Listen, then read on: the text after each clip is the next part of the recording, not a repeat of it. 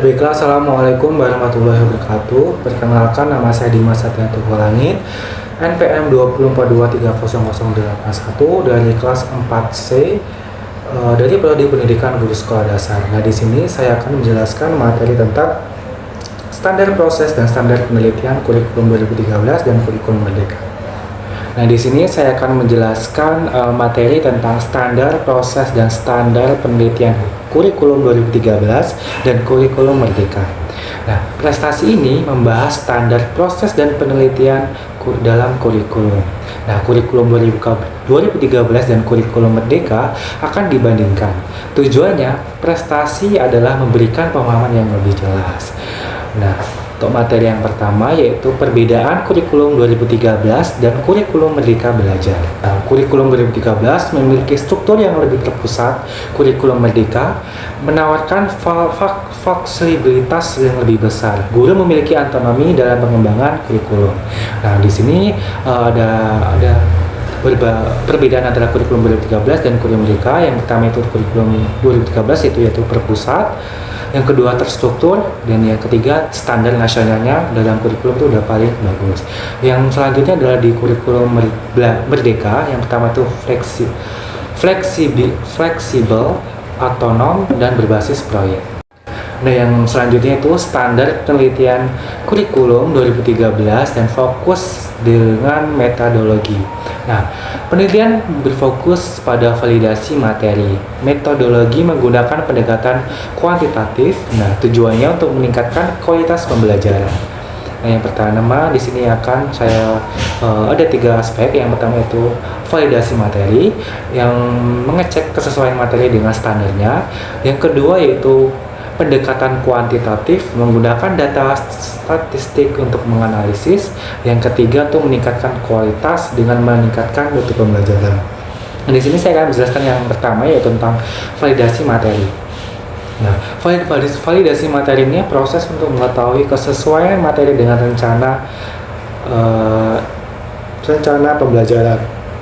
Validasi materi dapat dilakukan dengan mengisi angket dan validator materi dengan tujuan mengetahui kesesuaian materi dengan perencanaan pembelajaran. Untuk yang kedua, mengetahui kelayakan materi pada media yang dikembangkan. Yang selanjutnya, mendapatkan informasi mengenai kualitas media yang sedang dikembangkan dari sisi ahli materi. Nah, di sini terdapat ada beberapa aspek penelitian validasi materi, yaitu aspek kualitas isi, aspek penyajian, dan aspek bahasa. Instrumen validasi materi: lembaran validasi ahli materi, lembaran validasi ahli media, dan lembaran validasi ahli bahasa. Nah, di sini ada beberapa contoh dari validasi materi. Yang pertama, validasi materi untuk LKPD Matematika kelas 10 SMA Negeri 3 Tegal. Nah, yang kedua, validasi materi untuk e-book atau Jelajah Negeriku dalam pembelajaran IPAS materi Indonesiaku Kaya Budaya. Nah, di sini ada hasil validasi materi. Untuk yang pertama itu validasi materi dinyatakan valid apabila hasil uji validasinya oleh pakar materi dan media penunjukan kriteria tinggi atau sangat tinggi. Nah, yang selanjutnya, hasil validasi materi dapat digunakan untuk meningkatkan kualitas dan perbaikan materi yang telah dikembangkan. Nah, di sini saya akan menjelaskan dengan materi yang kedua yaitu B yang selanjutnya, pendekatan kuantitatif. Nah, pendekatan kualitatif ini media penelitiannya yang digunakan angka atau statistik untuk mengumpulkan dan menganalisis data. Nah, pendekatan ini digunakan untuk menjelaskan, memprediksi atau mengontrol suatu fenomena. Nah, pendekatan kuantitatif memiliki beberapa karakteristik utama. Nah, yang dimana diantaranya objektivitas, terukur, dan spesifik. Nah, bersifat prediktif, menggunakan simpel dan mewakili populasinya. Nah, pendekatan kuantitatif dapat memberikan kontribusi yang signifikan dalam pengembangan ilmu pengetahuan dan teknologi. Nah, pendekatan kuantitatif ini berbeda dengan pendekatan kuantitatif yang lebih fokus pada pengamatan yang mendalam. Nah, yang selanjutnya itu, materi yang selanjutnya yaitu peningkatan kualitas pembelajaran dengan dilakukan melalui berbagai strategi. Yang seperti yang pertama, meningkatkan kompetensi guru. Nah, guru dapat meningkatkan kompetensinya melalui pendidikan, profesi, mentoring, dan kolaborasi. Nah, yang kedua, mengubah standar penelitian, yaitu mengubah standar penelitian untuk meningkatkan kualitas pembelajaran. Nah, yang selanjutnya, memanfaatkan teknologi pembelajaran. Nah, gunanya teknologi pembelajaran secara efektif seperti alat peraga. Yang selanjutnya, mengaktivitaskan keterlibatan siswa atau aktivitas keterlibatan siswa dalam kegiatan pembelajaran. Yang selanjutnya, menciptakan suasana belajar yang kondusif. Nah, ciptanya suasana belajar yang menyenangkan dan kondusif seperti itu. Nah, yang selanjutnya, memberikan umpan balik yang konstruktif. Nah, berikan umpan balik yang konstruktif kepada siswanya. Yang selanjutnya, meningkatkan komunitas belajar. Nah, bergabung dengan komunitas pelajaran untuk berbagai ide dan hasil. Yang selanjutnya, melakukan evaluasi pembelajaran. Evaluasi pembelajaran secara berkala untuk mengetahui kemajuan siswanya. Yang selanjutnya, meningkatkan lesson study dapat meningkatkan kualitas pembelajaran melalui kerjasama antara berbagai komponen pendidikan. Nah, selain itu, peningkatan kualitas pembelajaran juga dapat didukung oleh sarana dan prasarana yang memadai, dukungan dari kepala sekolah dan pengawasnya, meningkatkan kesejahteraan guru, meningkatkan guru untuk meningkatkan kualitas pembelajaran. Nah, untuk materi yang selanjutnya itu tentang standar proses kurikulum 2013 atau tinjauan umum. Nah, standar proses pencakupan, perencanaan, pelaksanaan, dan evaluasi. Nah, pembelajaran berpusat pada guru dan ada langkah-langkah yang harus kita ikuti, yaitu yang pertama itu perencanaan. Nah, penyusunan RPP sesuai silabus, atau yang kedua mengikuti langkah-langkah pembelajaran, atau yang ketiga evaluasi, melakukan penelitian hasil belajar. Nah, untuk yang pertama di sini saya akan menjelaskan tentang perencanaan penyusunan RPP atau rencana pelaksanaan. Nah, pembelajaran sesuai silabus dilakukan dengan pengaji silabus, menentukan kompetensi dan merumuskan tujuan pembelajaran. Nah, di sini ada langkah-langkah menyusun RPP. Untuk yang pertama itu mencatat identitas mata pelajaran, kelas, semester, alokasi, dan waktu dan tema. Untuk yang kedua, mengkaji silabus SK atau KD dan indikator. Yang ketiga, menentukan kompetensi dasar dan standar kompetensi. Untuk yang keempat, menentukan indikator pencapaian kompetensinya. Untuk yang kelima, merumuskan tujuan pembelajaran. Yang keenam, menentukan alokasi waktu untuk setiap pertemuan. Dan yang ketujuh, menentukan kegiatan pembelajaran. Yang delapan, menentukan penelitian.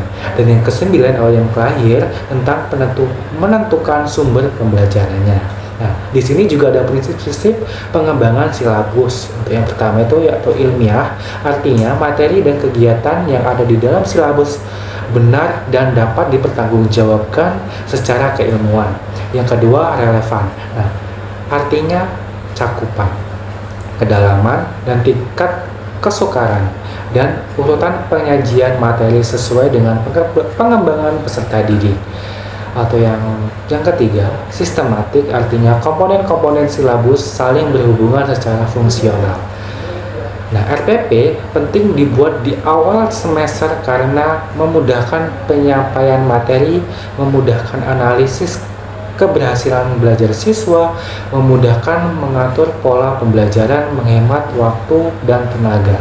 Nah, untuk yang kedua, pelaksanaan pembelajaran adalah proses mewujudkan rencana pengajaran yang telah dibuat menurut repositori UPI atau EDU.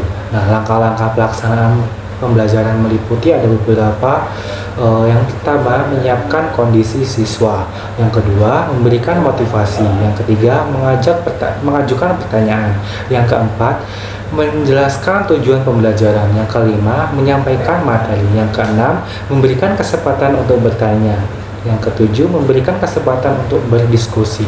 Yang kedelapan, melakukan latihan. Yang kesembilan, yang terakhir, memberikan kesimpulan. Nah, untuk memastikan pembelajaran berjalan dengan lancar, guru dapat melakukan beberapa aspek. Yang pertama yaitu memahami kemampuan siswa. Yang kedua, membangkitkan perhatian siswa. Yang ketiga, memberikan bimbingan belajar. Yang keempat, menciptakan interaksi edukatif. Yang kelima, memberikan penguatan kepada siswanya. Yang keenam, menanamkan sikap disiplin pada siswa. Yang ketujuh, menyusun rencana pelaksanaan pembelajaran atau yang disebut RPP. Yang kedelapan, menentukan waktu belajar yang pas. Yang sembilan, menguatkan strategi pembelajaran yang bervariasi. Nah, RPP dapat dirancana kegiatan pembelajaran yang disusun guru sebelum melalui proses belajar mengajar. RPP dibuat berdasarkan silabus dan menjadi pedoman dalam pelaksanaan pembelajaran. Nah, di sini juga ada evaluasi hasil belajar adalah kegiatan untuk mengumpulkan dan menganalisis data sehingga dapat diketahui sejauh mana pembelajaran yang telah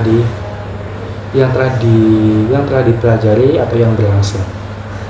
Nah, selanjutnya tentang evaluasi hasil belajar adalah kegiatan untuk mengumpulkan dan menganalisis data sehingga dapat diketahui sejauh mana pembelajaran yang telah berlangsung. Nah, evaluasi hasil belajar dapat dilakukan melalui penelitian.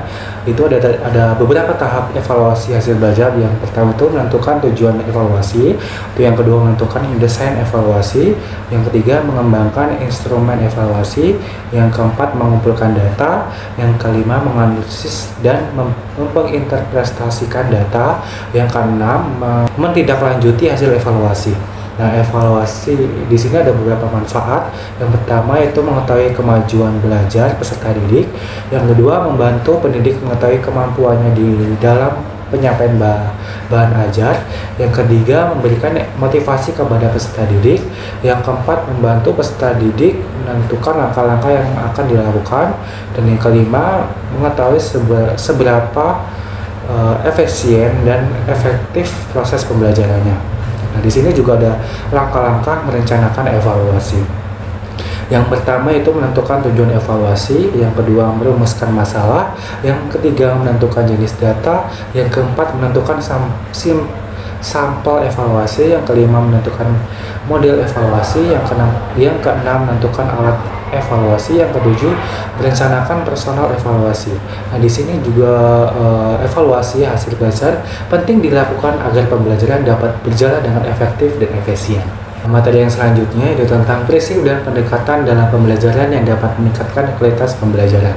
Dan di sini ada beberapa pembelajaran yang harus kita pelajari, yaitu yang pertama pembelajaran inovatif. Nah, pembelajaran inovatif adalah pembelajaran yang kreatif dan mendorong peserta didik mencapai prestasi secara optimal. Yang selanjutnya, ciri-ciri pembelajaran inovatif adalah pembelajaran inovatif. Nah, di sini ada yang pertama yaitu ciri-ciri pembelajaran inovatif, di antara lain yang pertama, prosedur yang sistematiknya untuk memodifikasi perilaku siswa. Yang kedua, hasil belajar yang ditetapkan secara khusus. Yang ketiga, penetapan lingkungan belajar secara khusus. Yang keempat, inovasi siswa dalam proses aktif, kolaboratif, dan kreatif. Inovatif dalam pembelajaran dapat berdampak positif bagi perkembangan peserta didik. Nah, untuk yang kedua, pembelajaran berpusat pada siswa. Nah, pembelajaran berpusat pada siswa atau student center learning menetapkan siswa sebagai pusat pengalaman belajar. Atau yang kedua, pendekatan ini mengutamakan minat siswa dan mengetahui suara siswa. Yang ketiga, teori konstruktisme yang mendasari pendekatan ini menganggap siswa memiliki bibit ilmu di dalam dirinya. Yang ketiga, pembelajaran aktif. Pembelajaran aktif adalah pendekatan pembelajaran yang mendorong siswa untuk berpikir kreatif, inovatif, dan solutif. Nah, pembelajaran ini juga bertujuan untuk mengembangkan keterampilan kognitif dan emosional siswa. Di sini ada ciri-ciri pembelajaran kreatif. Yang pertama, memfasilitasi kegiatan pembelajaran yang menyenangkan dan kondusif. Yang selanjutnya, memanfaatkan imajinasi dan pemikiran kritis siswa. Yang ketiga, membimbing siswa melalui proses interaksi kreatif. Yang keempat, membuat siswa menggambarkan kemampuan menemukan solusi masalah. Yang terakhir, membangun koneksi antara konsep dan yang dipelajari. Nah, di sini ada strategi pembelajaran kreatif. Yang pertama, menggunakan metode dan strategi yang variatif, misalnya kerja kelompok, memecahkan masalah, role playing, dan lain sebagainya. Yang kedua, memberikan waktu setiap minggu untuk mengejarkan kreativitas mandiri. Yang selanjutnya, memanfaatkan perangkat lunak dan perangkat keras modern dalam kelas. Yang selanjutnya, menggunakan permainan pembelajaran yang membuat proses belajar lebih menyenangkan. Selanjutnya, di sini ada manfaat pembelajaran kreatif, yaitu yang membantu siswa melihat dan membangun konsep pembelajaran yang paling berkaitan. Yang kedua, membantu siswa menggambarkan kemampuan menemukan solusi dari berbagai masalah. Yang terakhir, membantu siswa belajar dengan cara yang lebih baru dan menarik. Materi selanjutnya yaitu tentang standar penelitian kurikulum merdeka. Nah, penelitian berbasis proyek. Nah, penelitian berbasis proyek dan problem solving, siswa belajar melakukan pengalaman langsung atau pengembangan keterampilan berpikir kritis. Nah, yang pertama, belajar melalui proyek nyata yang disebut pembelajaran berbasis proyek PBL. PBL adalah metode pembelajaran yang melibatkan siswa dalam proyek-proyek dunia nyata. Nah, di sini ada ciri-ciri PBL, yaitu siswa terlibat aktif dalam proyek, atau siswa bekerja dalam kelompok, atau siswa merencanakan atau merancang, melaksanakan, dan mengevaluasi proyek. Yang selanjutnya, siswa mendapatkan pengalaman belajar yang bermakna. Siswa mengembangkan kompetensi sikap, pengetahuan, dan keterampilan. Nah, yang kedua yaitu problem solving. Nah, memecahkan masalah kontekstual dengan metode problem solving adalah proses untuk penyelesaian masalah yang sesuai dengan kehidupan nyata. Nah, di sini ada langkah-langkah problem solving. Yang pertama itu mendefinisikan masalah, yang kedua mencari alternatif solusi, yang ketiga mengevaluasi solusi, yang keempat memilih solusi, yang kelima mengimplementasikan solusi, yang keenam monitoring perkembangan dan membuat penyesuaian. Dan yang ketiga, keterampilan pengembangan berpikir kritis. Nah, keterampilan berpikir kritis adalah kemampuan untuk mengevaluasi informasi secara objek dan rasional. Nah, keterampilan ini dapat dikembangkan dengan satu, bertanya kepada orang yang lebih tahu. Dua, membaca buku atau artikel. Yang ketiga, mencoba hal baru. Yang keempat, berdiskusi dengan orang lain. Yang kelima, berlatih memecahkan masalah. Yang keenam, mendengarkan secara efektif. Yang ketujuh, memahami sudut pandang orang lain. Yang kedelapan, mempertimbangkan pandangan ke depan. Yang kesembilan, memahami proses mentalmu. Yang ke-10 atau yang terakhir, memiliki seorang mentor. Nah, untuk materi yang selanjutnya yaitu tentang perbandingan standar proses dan standar penelitian. Nah, kurikulum 2013 lebih terstruktur dan terpusat, sedangkan Merdeka Belajar lebih fleksibel dan otonom. Nah, keduanya memiliki fokus pada peningkatan kualitas. Di sini ada dua pencakupan. Yang pertama itu kurikulum 2013 terstruktur dan terpusat, sehingga Merdeka Belajar atau kurikulum Merdeka fleksibel dan otonom. Nah, yang salah saya jelaskan di awal-awal materi tadi. Nah, yang materi selanjutnya interaksi bagi guru dan peserta didik. Guru harus beradaptasi dengan perubahan, peserta didik mendapatkan pengalaman baru, keduanya harus proaktif. Yang pertama, guru dapat beradaptasi dan berinovasi dalam proses belajar mengajar, sehingga yang kedua, siswa dapat menambah pengalaman baru dalam proses belajar mengajar. Yang ketiga, proaktif. Nah, inisiatif dan kolaborasi. Yang kesimpulan dan rekomendasinya. Nah, kurikulum Merdeka Belajar menawarkan potensi belajar implikasi yang paling tepat sangat penting, dan kolaborasi antara guru dan siswa yang diperlukan, yaitu dengan satu, kolaborasi, yang kedua implementasi, yang ketiga potensi. Nah, mungkin itu saja materi yang bisa saya jelaskan di materi ini. Apabila ada kesalahan kata atau materi yang kurang pas, saya mohon maaf. Saya Rio, wassalamualaikum warahmatullahi wabarakatuh.